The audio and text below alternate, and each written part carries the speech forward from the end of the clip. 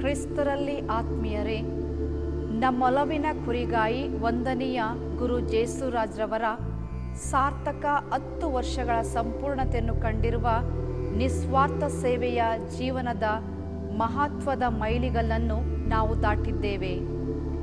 ಈ ಪ್ರಯಾಣವನ್ನೊಮ್ಮೆ ತಿರುಗಿ ನೋಡುವಾಗ ಸಂತ ಯೋಹಾನರ ಶುಭ ಸಂದೇಶದ ಅಧ್ಯಾಯ 15 ವಾಕ್ಯ 16ರಲ್ಲಿ ಪ್ರಭು ಯೇಸು ನುಡಿದ ಮಾತುಗಳು ನನ್ನ ನೆನಪಿಗೆ ಬರುತ್ತದೆ. ನೀವು ನನ್ನನ್ನು ಆರಿಸಿಕೊಳ್ಳಲಿಲ್ಲ, ನಾನೇ ನಿಮ್ಮನ್ನು ಆರಿಸಿಕೊಂಡಿದ್ದೇನೆ.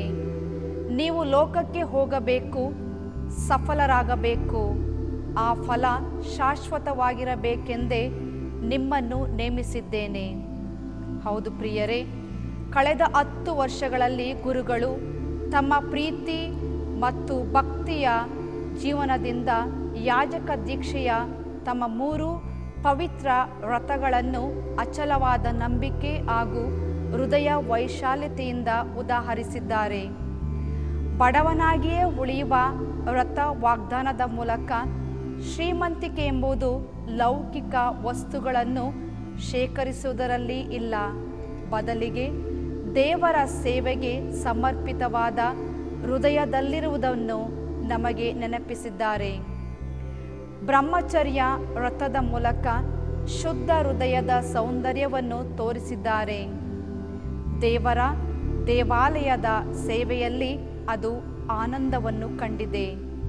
ವಿಧೇಯತೆಯ ವ್ರತ ವಾಗ್ದಾನದ ಮೂಲಕ ಒಬ್ಬ ಸೇವಕನ ವಿನಯಶೀಲತೆಯನ್ನು ತೋರಿಸಿದ್ದಾರೆ.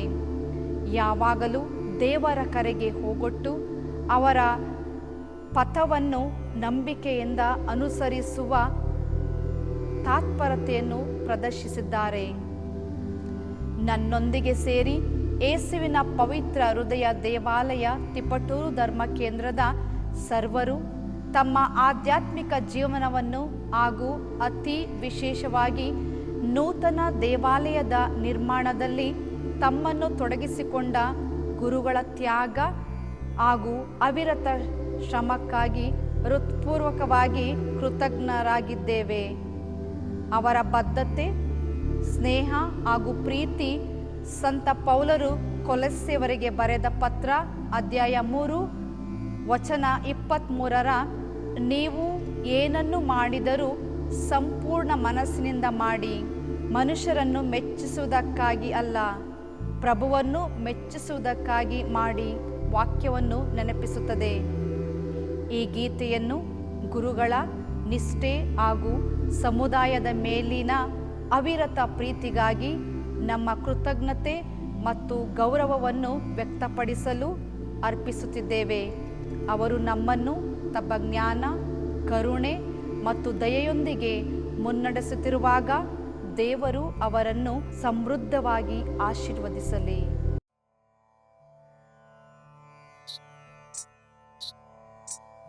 ಈಗೋ ನನ್ನ ದಾಸನು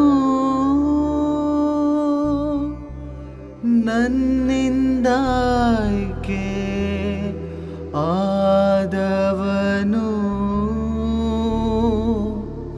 ನನಗೆ ಪರಮ ಪ್ರಿಯನು.